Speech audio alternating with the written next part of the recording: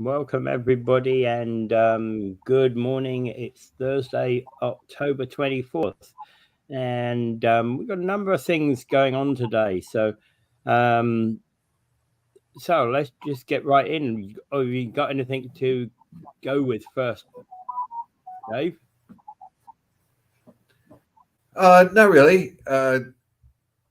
It's just that today's a lot of what we have doing today is kind of a repeat of what we've been talking about, and especially that Bank of Canada thing. But we'll just take it as it goes. Yeah. All right. Well, we'll get to the Bank of Canada thing in a little while. In fact, actually, why didn't I? Why didn't I put that at the top? Oh my gosh. It doesn't matter. I think the big issue was yesterday. Trudeau had a caucus meeting, or Yeah. with his an unbridled thing where he was told by 24 of the Liberal Party has told him to step down.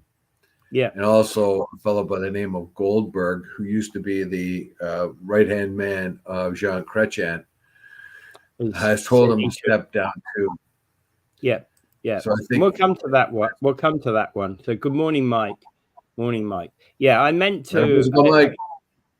I was shuffling things around. And I forgot to move this one. Right. So Bank of Canada, and we can kind of cover this one fairly quickly. Bank of Canada has cut interest rates by 0.5 percentage point. Well, the real big problem here, I don't think it has yet, but it's talking about it, hasn't it? I'm not sure if it has actually yesterday. done it yet. No, it did it yesterday. It did. And now it absolutely did it. Yeah. Okay, so there is some pushback against that. Some of the other banks have said that, I don't know, more like 0.25%. But what is being discovered is the sort of austerity measures that the Bank of Canada has done to lower inflation have overshot inflation. They were shooting for about a 2%, which was the sweet spot, but suddenly it's right down to inflation is down to 1.6%. So we're heading into the area where we may start to get deflation, which is actually worse than inflation. Yeah. And it is a very alarming thing for the Bank of Canada to suddenly see we also get the possibility that we could end up with something called stagflation, which is stagnation of the industry, and the bounce back from that could well be stagnation of industry, with crippling inflation as well. Well, that's where we find ourselves now, almost like in a stagflation thing. What has happened is the Bank of Canada, of course, has used its austerity, pushed up the rates to cool down inflation, and it's been very conservative on the way it's doing it and very measured, a little here, a little there, and then it keeps bringing the rates down again. And suddenly they went from 2.5 to 1.6. In other words, it went a whole point down, which is bad for the economy, which means the economy is not growing at all. And now they're reducing the percentage points, 0.5 point, to stimulate investment and other stuff. What's happening, as we have talked about over and over on the show, and probably sound a little bit monotonous with this, Canada's productivity level is very low. What is happening is nobody's investing in Canada's industry. Nobody's investing in the industries that are there are not reinvesting in themselves. They're holding back, and unemployment is going up. So unemployment is going up, and industry is not growing, and industry is not investing in itself, and our productivity level is very low at the same time. This is a shocking development, because what Canada needs is more R&D, more investment in it. We need newer machines. We need newer ideas. We need to get up right back where the rest of the world is. That's not happening with the current economic climate in Canada. None of our industries are very interested in reinvesting in the productivity they have because they don't know if it's going to pay off. So they're just sort of maintaining what they have and just slowly kind of holding on. Now, this is disastrous, of course, because the unemployment rate keeps climbing because nobody's investing, and therefore no new jobs are being created, not worthy ones. Then that's one of the reasons why we brought temporary foreign workers in there, because they take a lot of the really low-paying jobs that nobody can live on in Canada. And it's a big, big mess.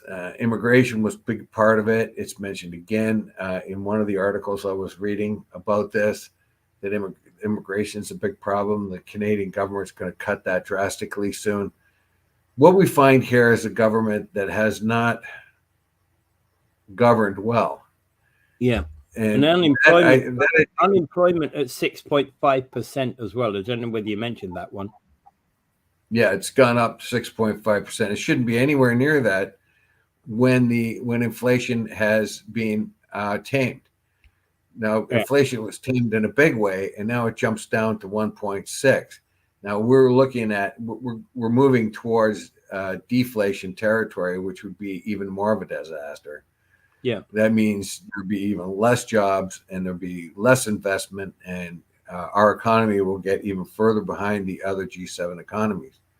Yeah, it's not a good look. It's not a good look at all. With all the different problems the government is having right now, to go out and say to everybody, according to the G7, we have the least GDP to revenue, tax revenue as any of the G7s. We're the best. But that doesn't speak anything to what's happening really in the country. And that is that we're losing jobs, we're losing ground, we are slipping farther and farther away from becoming an economy that is attractive. And you have to have an economy that's attractive to get investments. Even a Canadian, where are they going to invest? They'll invest in the widget company in the United States. They won't invest in the widget company here in Canada because they don't see much of the widget makers here. Yeah, one of the big problems we've had in Canada has been this lack, and this isn't a new problem. It isn't a problem that's happened last month or even last year. This is a problem that's been going on for nearly a decade. Lack of investment, because what has been happening is those people that traditionally invest in industry have been keeping their money in their pocket or putting it elsewhere. Yeah, and the 66% capital gains tax that's coming is another thing that will chase away investments as well. So the government is grasping at straws. The government,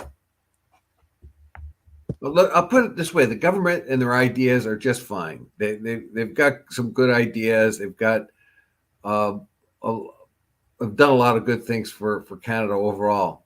But what they haven't done is done the business of Canada very well. They haven't done the day-to-day work that has to be done on the basic issues.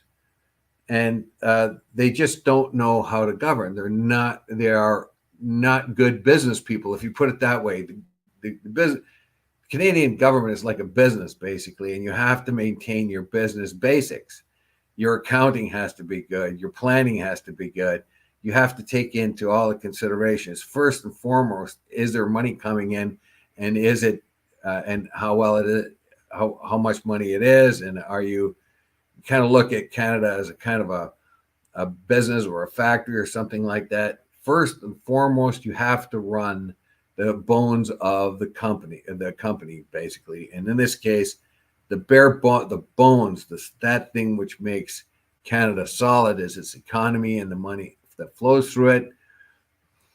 All other ideals are secondary, but those are the bones. You have to make sure that your economy is running well. The business aspect of your country is doing well. And Canada and the federal Liberals cannot do that. They're continually mired in scandals. They haven't planned well. They go on and on about things like transgender, or they make a big deal about banning the Proud Boys. But that all sounds real good, and maybe it is good, but it's not the important stuff that keeps the country going. Yeah, it's not the economy. Yeah, exactly. Yeah. All right, and that is the biggest trouble, because we've seen lack of investment in and it's not to say any individual, the individuals who listen to this show don't invest in their own businesses. There are plenty of individuals that we have that listen to our show that do invest in their own businesses.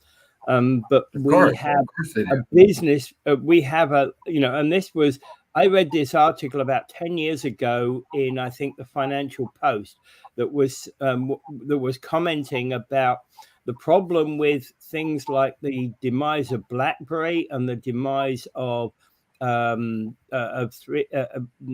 was it, Nortel Communications, Northern Telecom, yeah, has been this complete non-investment in Canadian business. Those were just prime examples of it, but they were clear. It's not just those two, it's everywhere. Well, we mentioned last week the gold mines. Canada is the 4th largest producer of gold in the world.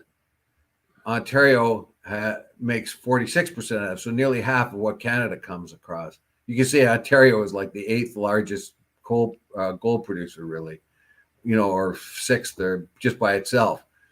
But the sort of Byzantine sort of rules and regulations of opening another mine or expanding another mine is burdensome. You were talking about opening up more mines for rare earth metals, for gold and everything else, and it takes 15 years to clear clear a mine. It's just overwhelmed and overburdened with super cautious environmental issues and things of that kind. You don't find that anywhere else. So if you're going to compete with rare earth metals, you're going to compete with gold production, you're going to compete with anything else, any other of our resources, and you overburden them with regulations, where the kind, say Chile, down in Chile, and they got a copper mine and we got a copper mine, but we can't get ours going for 15 years, and they can get theirs going in 2. Who's going to make the money? Yeah. And who's going to invest in our copper mine? No one's going to come up. I can invest in a copper mine in Chile, or I can invest in a copper mine in Canada. Well, I'm not going to do it in Canada because I can't live that long to get any kind of return off of it. Yeah. You see what I mean? Absolutely. Those are things. Well, you've got a plot of land which you've done a survey on, and it proves that you've got an absolute ton of gold on there. Then you want to be able to get at that. You want to be able to get at that gold within a finite period, not wait. 15 years is a lifetime, or feels like a lifetime. Well, true, and it would be really it's inexcusable for that. But what the governments are doing is overstressing the environmental thing. They're saying, okay, well, you got to do this, and environmental issues are very important to Canadians. And in the past, certain mining companies or other resource companies have exploited the environment, haven't done what they're supposed to do. So, of course, there's safety issues that have to be attended to. But you had better find a way of speeding that up, because you're not going to sell any copper if you can't open your copper mine. And if you're not selling any copper, those are jobs that have gone down the tubes. There is revenue for the whole country of Canada. So you're going to have to find ways of balancing that. You got to get that copper mine open. There are people waiting up north in the gold mines. It's a big issue for Indigenous people. there's more people, more indigenous people in the gold mines of Ontario and percentage-wise than I think in any other industry in Canada. Yeah. And it's a big deal to them to get the gold mines open and continuously working, because it's money in their pocket, particularly now when gold is insanely high. So you want to make gold while the sun shines, basically. There's hi Chris, how's it going, buddy? Yeah. All right. And we got Mike Cushman saying such bullshit. Real estate costs too much, and there is your inflation. This country has lost control of the private sector. Deregulation has destroyed this country. Real estate is the problem. Real estate is part of the problem, Mike, not all of it. I think when you're talking about real estate, you also have to blend in immigration, and there's not enough houses for the amount of people they bring in. So I don't know how much, like, deregulation on certain things. Yeah, you have to have regulations, but regulations are also the thing that bogs things down.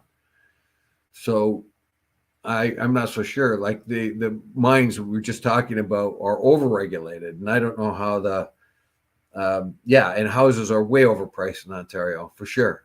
If you look at how inflation and how the prices have changed over time, everything's sort of on the same band, but real estate is way over here, out of sight. It's just not following that same pattern of how the gradual inflation that happens over time. You've got your houses, you got your washing machines, your televisions, and all that all on here, and then you have housing way up here, which is outsized of the regular graph. It's another instance there where I think that the business of government has just not done well under the feds. They haven't taken care of business. Well, Mike makes a point that China and USA destroyed BlackBerry and Nortel by stealing. That's for sure. But the point being is that Nortel and BlackBerry would not have been in that position had they actually been upgrading their technologies and continuing to upgrade their processes, etc.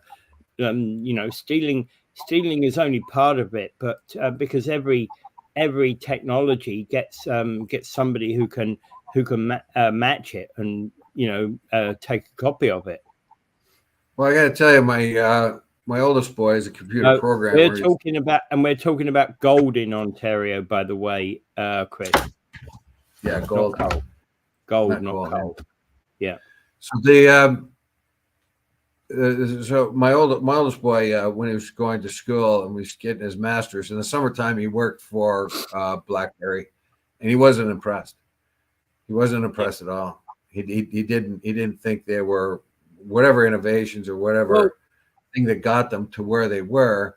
But when he was working with them, he just didn't think they had what it took. So the other thing about BlackBerry is I remember a time when BlackBerry were at their peak, and one of the things that was said by Kitchener-Waterloo is how proud they were of having zero unemployment.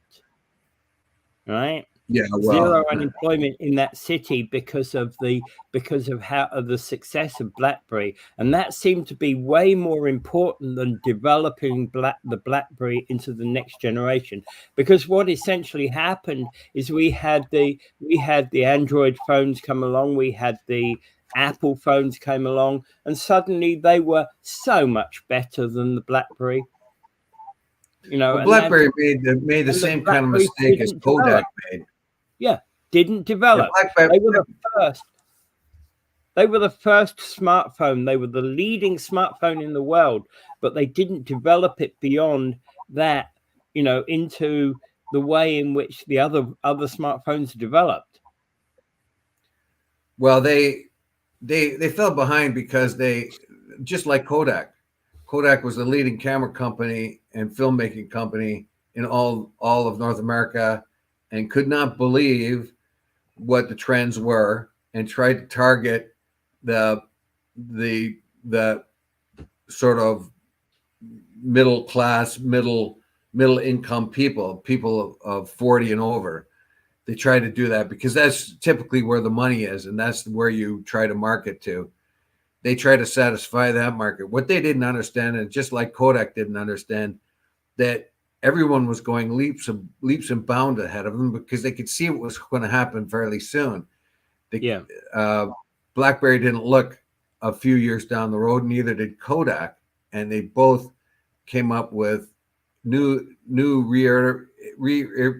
iterations of their phones that were behind the times the minute they came out because they didn't look further down the line. Yeah, because they weren't more innovative. As the newer, more innovative things that came along. Yeah. Okay, so let's move on to Trudeau now. Critchin, former right-hand man, asked Justin Trudeau to step down, and basically this is a person by the name of Eddie Goldberg who was actually working with Critchin for several decades. So not just a flash in the pan right-hand man, but somebody who was there for quite some time. And he argues that an undefeated Trudeau would be much more useful in leading the fight against separatist Quebec.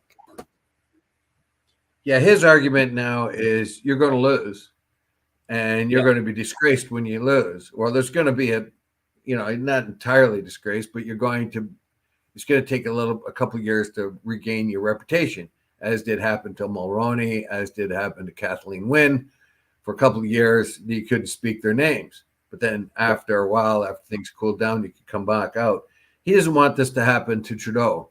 He sees a massive loss in the government coming up. And he wants Trudeau to step down as he's still ahead. As a leader, he can step down and then work in Quebec to keep the separatists at bay.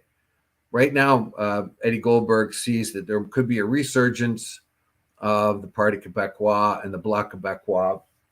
And what he wants to do is to make sure that Quebec is convinced it's not a good idea to go down the separatist line. He wants to, and even if that isn't impending anytime soon, he wants to make sure that Quebec is solidified within Canada. Canada is assured, and Quebec is assured they're going to get a good deal out of Canada. He says that Trudeau could be that man who does that. But if he takes a shellacking in the next election, he won't be able to turn his talents to that, at least for a couple of years. So he's saying, look, you're do what's good for the party, do what's good for Canada. Step down and start going into Quebec and trying to convince them to stay in Canada. Yeah. And who better in a way, because obviously a Quebec politician like Trudeau, who has a really high national profile, and as Goldenberg puts it, he is a person who actually at this moment is undefeated. So he would step down as an undefeated leader of the Liberal Party. That's right. And if he steps down as an undefeated leader, be like, remember they chased Margaret Thatcher out too, after she had been PM for 12 years. Yeah. And Trudeau here has been PM for 9 years, over 9 years right now. Well, there's actually a life, there's kind of about a decade that people have where you get to about a decade, and it doesn't matter even if you've got the best ideas since sliced bread, people are bored of it, right? Well, Trudeau has proven himself to be a very good leader, a very dynamic person, very personable. He can talk to a lot of people. What's happening to him right now is his government is failing all over the place, scandal after scandal. Misgovernment all over the place, and his own particular charisma cannot overcome that. As a matter of fact, his charisma is now doing the exact opposite. It becomes an extreme irritant to people.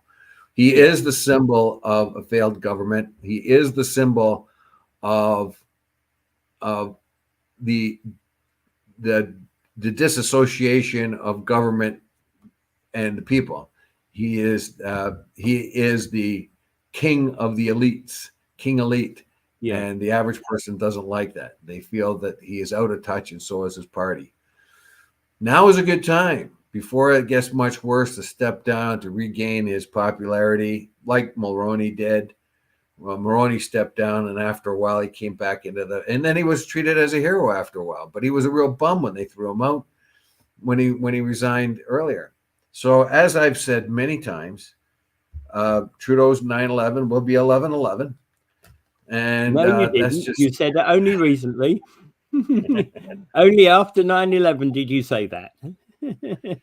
Now, Mike said, Metaphysical Mike says, strategic voting is bullshit and causes the Bloc Québécois, the third strongest party in Canada. Yeah, it does, but what the Bloc has maintained itself well in Quebec because it only works for Quebec. I don't believe that Bloc should be able to stand for federal politics. I think in order to stand for federal politics, you have to have a presence in three provinces. You know what? It's a free country, so you're allowed to do what you want to do. I mean, the country of Czechoslovakia was a one country, and the Slovaks wanted to separate. And now they have the Czech Republic and the Slovak Republic, because the democracy, when it came, there were lots of people trying to convince Slovakia to stay with the Czech Republic, but no, they decided they were going to pull away, and they did, and that was due to democratic government. And if it comes to that point where Quebec wants to pull a pin, the ramifications of that would not. I don't think the Quebec people, if they understood the whole ramifications of it, would do that. Because right now, what they have is the nation of Quebec. Basically, it is an almost completely autonomous zone in Canada. It is almost self-governing anyway. Yeah, but and it's obvious when you go across the border, everything changes when you go into Quebec. That's right. They speak a different language. Well, I was going to say the road goes from being a super fast one to being, where the hell is this going? Yeah, and Quebec got really angry when Maclean's magazine, and when they were studying all the corruption in all of Canada, and by far the most corrupt province, the most corrupt governing area in Canada was Quebec by a long, long shot. Yes. Their cities were corrupt. Their parliament was corrupt. Corruption from top to bottom, all over the place. And they got really angry about that. But then when they had to face the realities of it, they had to see that it was true. And they've been working on that ever since. So, yeah. All right, we're coming back local here now. Bringing all of St. Catharines' forestry services in-house, says the union, would actually cost an extra 1.8 million yearly, but the benefits would outweigh the costs. So says the union. Yeah, Dave? Cisco. Okay, go ahead. Thoughts? Oh, yeah. Cisco had earlier on. We had an article. Probably it was nearly a year old now. I don't know, but he wanted to have all the forestry services subcontracted out, and this is something that every city does. They have their own kind of crew, and then they subcontract extra work because their crews can only handle so much. If you get a great big windstorm coming through, your city crews are out there in overtime trying to clear the roads or fix the trees or make sure that they don't fall on anybody, and so they're overtaxed. So what they'll do is they'll call in a contractor to come and do the rest. What was happening in St. Catharines, though, contractors are getting too much of the work. And as is true of just about every city, the contractors got good new equipment or good solid equipment, and the city equipment is getting old and rusty and not good. That's happened here. I know for sure. Yeah, here in municipal works, they were working with substandard equipment because nobody wanted to come up with the money that it took to buy something brand new. So what they were doing was spending extremely high repair costs, but the repair costs were less than buying a new machine. And the bean counters buying don't a new understand. machine's $100,000, whereas repairing it's $80,000. Yes. So the bean counters don't understand that. They only see the ledger. Oh, it costs us less to get this. And believe me, working in industry and fighting the bean counters is a tough thing. They only see the dollars and cents. We could solve this problem, A, by fixing the old junk, or B, buying a new one. But it's very rarely that they see that you're going to keep fixing this old one. And if you keep doing that, in 4 years, you could have bought two brand new cars, two brand new trucks, which won't break down for the first 5 or 6 years. They only have to be maintained. So you get So those are some of the things you have to think about. Well, I so think the union guy here is the union guy here is the union is saying, look, if you bring all of the work in-house, it will cost the city $1.8 million. We'll get some new guys too. We'll be able to employ some new guys, and it'll be more efficient and cheaper in the long run. And that's his argument. Yeah, and I understand that some of that argument, but I also know that that I have to think that have they put this together in a financial plan? Because I'd like to see that cost justified, right? And it sounds like they have gone partway down that route. Because they're saying it will cost an extra 1.8 million. But what are the other benefits? How does that help the city of St. Catharines save money? Well, they say in the long run, they'll save more money by bringing everything in-house and keeping everything maintained. And they bring a business case to the council, because this is not a new issue. Like I said, it's been talked about ever since Cisco got in. He wanted to take all the tree services out of the city and turn them all over to contractors. So the union, of course, has come back with something that says, look, right now, what you're doing is costing you more money. If you brought everything in-house, eventually it will cost you a lot less. Yeah. And that's the business case they bring forward. Yeah, and part of the challenge here is that money, there's an amount of money that you pay for these services, and if you pay for them through in-house employees, they come from a different budget than if you pay for external contractors to do the work. So it's about which budget you're picking the money from. What happens is, if you get a contractor, they kind of lowball their operation right off the bat. So they'll give you bare bones. This is what we do, 40 hours a week, blah, blah, blah. This is what we do. But what happens with contractors when you get an emergency, or you get a lot of the price goes up, windstorm damage or something like that, then that's called, that's extras. Those are called extras, and that's where they really hit you hard. Yeah. With the extras, because in the contract it says, you can charge what you want for extras, or this is what your rate is going to be on extras. So they try to find as many extras as possible. Believe me, I've gone through all this because I worked in industry, and there was contracts constantly with the steel mill, with the power plant, with everything. And there's all kinds of little tricks that the contractors can use to get more money. Well, one of the things that contractors do here in Niagara Falls, it's an outside contractor that plants the trees in Niagara Falls. So a homeowner can, like this happened to my brother.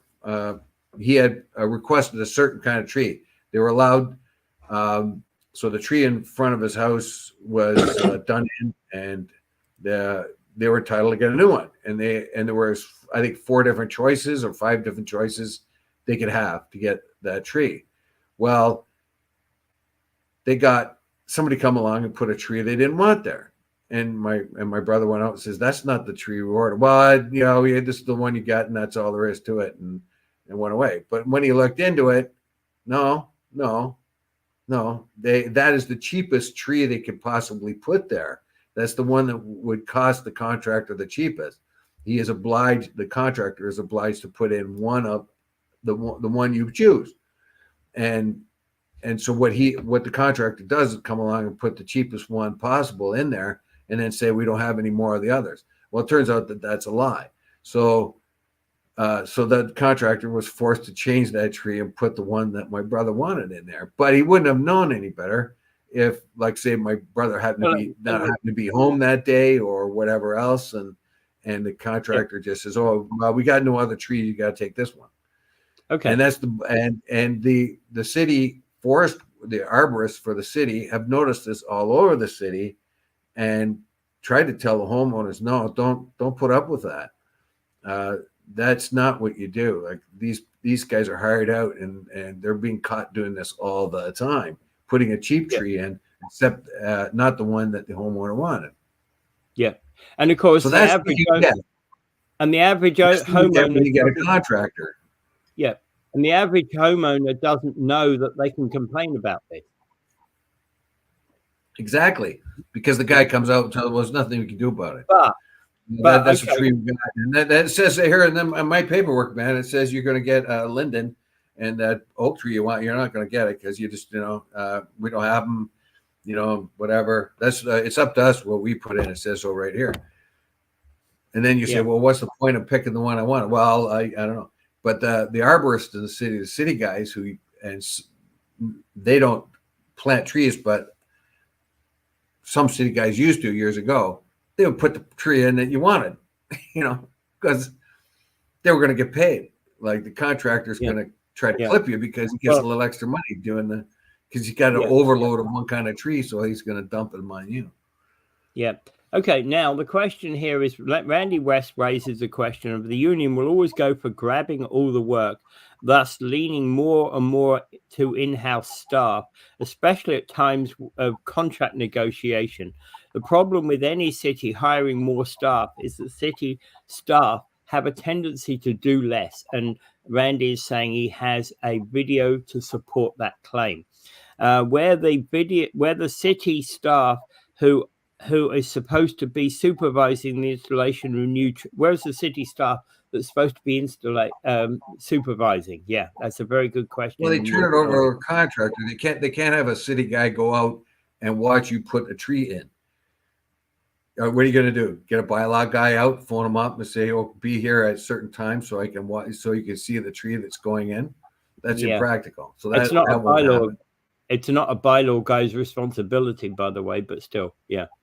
Yeah, still, are you really going to do that? And well, there is a point that I can tell you right now, the younger guys on the city crews are not interested in dragging their feet. When some people I know that work for them hated it when they got on, before they got a permanent job, they'd have to go with the really old guys, drive around and pretend to do stuff. Those old guys are gone now. Those and the younger guys are interested in keeping a job and wanting to do work. They were bored to death dragging their ass with the old crews. But all those guys were all retired now, and they were not interested in that, and they were bored to death. And I can tell you that for sure. And the arborists, they work pretty hard, and it's pretty dangerous work too. Yeah. Right. Okay. No, the contractor could send a manifest of installations to a city staffer. Do the staffer could compare what was ordered? That's true as well. He could do that. Well, right now, actually, the city is kind of understaffed. We keep hearing about that, and I don't know how much you can expect from your city to overlook every little thing that a contractor does. So what typically will happen, though, in St. Catharines, they're asking for more of the work to be done, so by city people. So they would say, take the tree planting thing away from the contractor. So somebody in the city would do it. They would maintain most of the trees and stuff like that, and you will definitely have contractors on the list for overload work. That always happens. It's the same as any steel mill or any power plant or any car plant that I work for, right? When the amount of work becomes excessive, they call in the contractors to fill up all the holes. And the same thing here. You in St. Catharines, they'll have a very good full complement of arborists or tree planters and forestry. It's the forestry department, basically. So they'll take care of the trees, they'll plant them, they'll prune them, they'll fix them, they'll bring them down when they're sick, whatever else they do. But when they get extra work, there will be a contractor on file, and that contractor will be obligated to come in and fill in when there's emergencies. Or let's say your own arborists are taking down trees and there's a windstorm and a tree cracks and it has to come down immediately, but all your equipment's tied up. Well, they phone their number one contractor. So you have a number one contractor and number two contractor, basically, for any more work that has to be done. Right. What's happening in St. Catharines, though, more and more of this is being eaten up by contractors, and the core group of forestry workers in St. Catharines are being less and less involved. And the forestry union is saying, look, give it all back to us and do it the way we used to do it. Basically, call in the contractors when we need them, but don't have them work all the time. We can do the work. Yeah. All right. Well, I think we've enough on that one. Right. So Mark Carney is basically saying the Conservatives don't understand the economy. Yeah, that's kind of laughable. Now, Mark Carney is setting himself up for the prime ministership. I can see it all folding out now. This is my conspiracy speculation here. But he's already attacking Poilievre's government before Poilievre has even become prime minister. Even if Poilievre becomes prime minister, right? Do you know what I mean? Yes, exactly. He's already beginning to set things up. Now he's got the cred. He was the Bank of England's governor, and he was the Bank of Canada's governor, and he knows just about everybody in industry, or like he can really drop a lot of names if you ever were to talk to him. So he would talk about people that only other people of wealth and influence know. The average person doesn't. So he does have a bit of credibility there. To say the Conservatives don't understand the economy is kind of odd, because isn't Carney the advisor to the Liberals right now? He's become their advisor. Now, he only got that job recently, but the very first thing he's done with his reports, even though if you want to read between the lines, the thing that he said about the Liberal government is exactly what he just said about the Conservative government. They don't understand the economy. They don't understand how the economy works. That's why our economy is in so poor condition. That's why the Bank of Canada is having conniption fits. So to then go around and then say, well, them over there, they don't understand the economy. Well, you're sitting with the ones you just said that about your own party that you're going to join. So Carney's made himself available for politics. We read that yesterday or the day before. Yeah. He's saying he's now available to be in politics, and that was pretty timely because the caucus members of Trudeau's party went in and talked to him, and 24 of them said, "You got to get out." Yeah. And in that caucus meeting, there were voices that defended Trudeau, but not as many as 24. And then you've got Eddie Goldberg here saying, "You got to pull the pin, brother," and he's an experienced campaigner and right-hand man of Jean Chrétien. I think Trudeau's walking the snow, may be on his way, and there'll be Carney right there in the wings. It would be a wise move for Liberals to do that. They won't lose as bad in the next election. Actually, I don't think Carney is in the wings for that, because what will end up happening is, if we look at this wisely and with a cap on, Carney doesn't want the leadership role tomorrow. If Trudeau steps down in a month or so, and because of this pressure from the Liberal caucus, I think that what you'll end up with would be it would be Chrystia Freeland as a temporary leader. An interim leader who will take the Liberals into the next election. And of course, they will then lose at that election, and then it will be the opportunity for Carney to step in and rebuild the Liberal Party. No, I think if he's offered the job, he'd do it now. They need a new face. Right now, all the faces of the Liberal Party I don't think so. Well, I think there's liberals in the party. If they do the half measure thing and pick Freeland, or they pick any of the other ministers that are already well known to Canadians and seem to Canadians as being part of the problem, Mark Carney is brand new. He walks in, he does not have the stain of the Liberal incompetence that's been happening lately. I know. And the scandals. He does not have the stain of the scandals on him. So if it was me, if I was the Liberal Party, I would not work on half measures and try to reconstitute one of my other ministers and pretend that he could be a good prime minister. I'd take somebody brand new, and that would be Carney. I'm not sure it's going to happen that way. I don't think Carney wants to step in that quickly.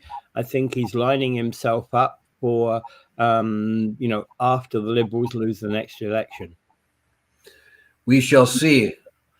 All I know is that people in the Liberal Party are pulling out of the World Economic Forum if they have been a part of it, because that seems to be something that the Canadian people don't understand. So they see it as a conspiracy thing. So we'll see, including Carney. He's pulled out of the World Economic Forum. So we'll see. He's the reason why I kind of think he's a good idea, because he's a practical man. He's actually been I know what you're saying. He's a person who leads an economy and knows how an economy works. Yes, absolutely. Yeah. And that is the positive reason why Carney will become a future leader of the Liberal Party. Well, basically, he knows how to drive and he knows how to fix the car. Yeah, exactly. Yeah, exactly. That's a good way of putting it, and that's exactly why he will become a future leader of the Liberal Party. The question is when. That's when, yeah. And as I've said for months and months and months now, Trudeau's 9/11 will be 11/11. So it's getting. No, you haven't. Yeah, you haven't. You were on 9/11 until 9/11 passed. Okay, let's move away from this subject. Halifax police found a body of a Walmart employee in a walk-in oven. I think this is absolutely horrific that we should end up with this kind of thing happening. Well, there's been no conclusions to this. And this is that there's all kinds of speculation, and people have gone nuts on social media. And the cops and everybody else, all the authorities are saying, look, quit speculating. We don't even know what happened to her. Yeah. We found her in a walk-in oven. We don't know. She's 19. She's only 19 years old. We found her dead. Was that because of the oven? Was that because of a ticker problem? And did she have bad heart? Had she been on drugs? Was she have a health problem? Or did she get stuck in there and nobody got her out and she succumbed to the heat or whatever it is? It doesn't show you the oven. It doesn't show you how the oven works. It doesn't show you if it's a walk-in oven. So of course, what the big problem here is all kinds of speculation, and we have to get to the bottom of this. I mean, we have to have a police report. Well, and it's easy to actually have a go at Walmart because they seem to be everybody's kicking boy right now. Because they employ low low wage employees, etc., etc., etc. You know, everybody in Walmart's on minimum wage. You know, so there's a whole heap of criticism that is placed at Walmart's doorstep all the time, and therefore they must be guilty type thing. And I don't know that that is where we need to be heading in this, right? Because nobody wants a person to die, do they, in any workplace?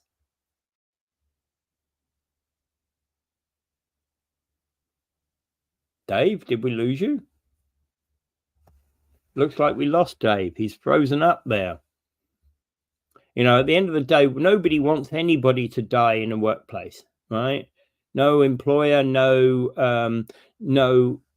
employee wants ever anybody to die. And I think the police are right that we must urge the people, urge the public to be not to speculate. Dave?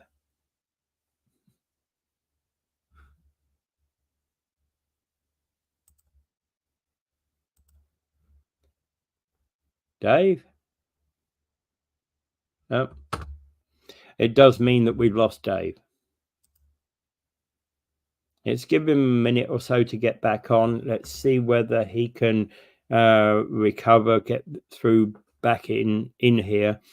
Okay, so we were talking about this woman, you know, and basically I think this is where one of the problems with social media, as Dave was saying, one of the biggest problems we have with social media is they take the story, they lead to speculation, and then they point the blame here at Walmart, when in fact we don't know where the blame lies or whether it's an accident, you know, purely an accident. All right.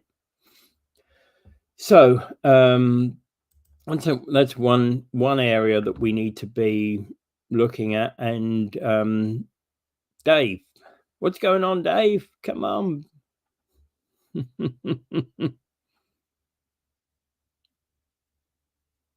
Let's give it a few minutes. Okay. All right. So moving on. Toronto is moving in the same direction as Hamilton. Okay, let me go. Yeah.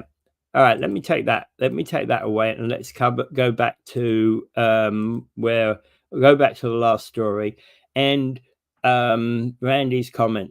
It's natural for people to speculate, especially where information isn't released. And yeah, and that's the problem, is that you know, there could be anything going on here, and it's easy for blame to be portioned out when blame isn't, you know, when that's not necessary. Yeah. All right. So moving on, in like Hamilton, Toronto is taking the approach that landlords who would tend to evict tenants to renovate should require a renovation license. So they need to go to the city and ask for a renovation license. And this is going to be debated at the city council, at the planning and building committee meeting next week on the 30th of October. But the following month in November, it's going to be voted on by the entire city council. So it will come up in front of city council in November. And with the plan being that any landlord who intends to renovate their property will be required to apply for a license to provide additional finance and provide additional financial compensation for the tenants that are being displaced. And so the intention here is that there's been a lot of concern over time about the addition of the use of N13 applications by landlords. What N13 is a notice to a tenant by a landlord that they're required to move out because the upgrade to the landlord is going to upgrade their property, and they're going to take a year or more to upgrade the property. The intention the problem here is that that N13 is often being misused. They look it up and they go, Joey Jones at number 12 Maple Street. He's paying only $900 a month. We know we could do that's a three bedroom unit. We can rent that out at $3,000 a month. You know, he's been there since 1972. It's time for him to go. We're renovating this place, and all they're really intending to do is quickly repaint it, put a new new taps in, refresh the pipe work under the sink, etc. And with that, all they're going to do is probably spend $10,000. Maybe put a few new, replace a few doors where the doors are hanging off the units, and essentially not the sort of thing that requires a significant amount of upgrades, and that the tenant move out for that. That's the sort of thing that actually the landlord and tenant board, it drives them nuts. When they reject all of these types of applications anyway. But there is a tendency for a landlord to actually kick them out, kick out tenants because they pay too little in their rent. And that's what's behind it's behind this need. So they're trying to look at using a bylaw to actually protect tenants. However, I was discussing this with Angela Brown yesterday, and the new rules I think can lead to some problems, because the way that we were looking at it for how the rules are going to need to be implemented in Hamilton is you've got to apply for a building permit in order to make the new renovation occurred, and you've got to do that before you actually issue the N13. Part of the problem there is that you've got to look at timelines, because a building permit, when it's granted, has a finite time on it. You have a year or 2 years or something in which the work needs to be done. So essentially, the norm with a building permit is that you are building and the building is empty as of right at the point when you get the building permit. So the building permit comes in, let's say on the 1st of November, you get your building permit. By the 1st of November, the building is empty. You've got now, you're ready to gut it. You're ready to build the new build parts of the building, new apartments, etc.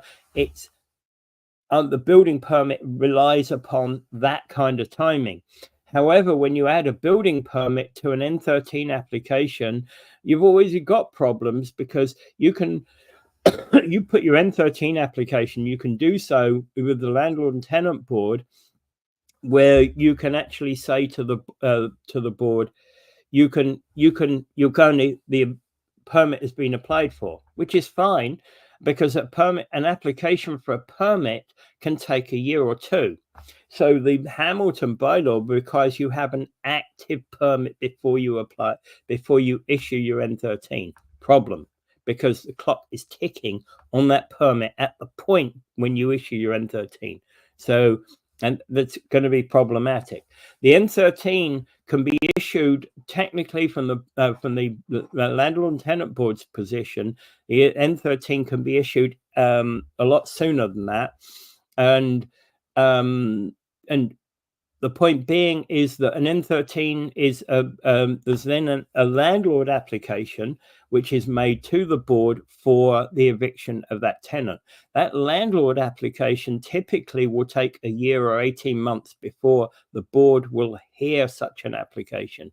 You can speed them up, but not very often. So this is where part of the problem lies, is how do you get through the red tape of that process.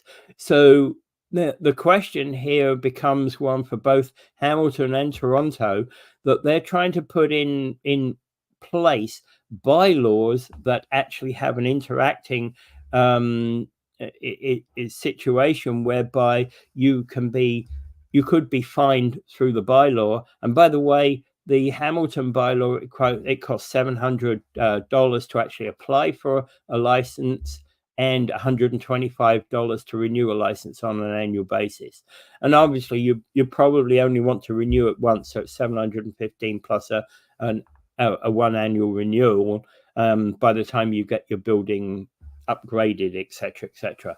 The point being is that I think whilst I understand the need for both cities, and they're basically concerned about the need of tenants to be protected and tenancies to be protected, they're also setting up a problem because these new bylaws are going to run contrary to the Residential Tenancy Act, and therefore there's going to be some conflict in the laws, and that's a big problem that both Toronto and Hamilton face. And I've got a few ideas. Okay, so Randy's saying that is a great idea. There's always legislation that tends to rely upon landlords for telling the truth, and we all know that isn't the case. That's for sure. There are definitely cases where landlords lie. That's for sure. I won't disagree with you there, Randy. The question is raised to why any landlord wouldn't have done upgrades over the years. A tenant was already there. Yeah, absolutely, 100%. Because essentially, if you have a leaky tap, well, send in the plumber. And if the plumber says no, that tap needs to be replaced, replace the frigging tap. These are not expensive upgrades, and that actually is a clear sign that that you're dealing with a bad landlord if they don't actually replace the tap. Okay, moving on. Building permits are for buildings which would consider longer timelines for greater volumes of work and repairs. No, actually, a building permit can be required for a single unit, by the way, and actually can be required for small amounts of renovations. And a renovation and repairs, by the way. A renovation could be a similar yet shorter timeline to renovate, which takes less time. And again, if a renovation, the whole point about an N13 is that it requires a renovation that is going to be a year or more in terms of doing the renovation. So the point being is an N13, as I say, you can move a tenant out to a hotel while you repair a unit if it needs to be repaired. If it's only going to take a few weeks to get that repair done, that's all you need to do is move the tenant out to a hotel, bring them back in once the repair has been completed. That's the way the rules are in Ontario. And you're right,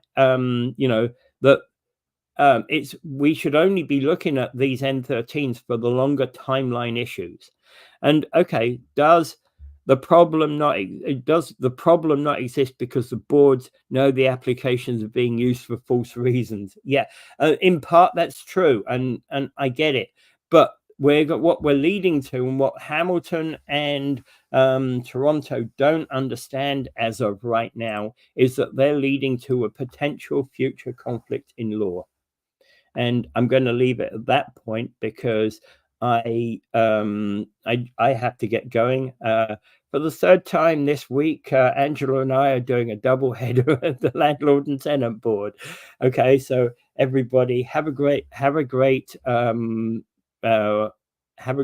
weekend. Have a great day, and we'll see you tomorrow. Okay.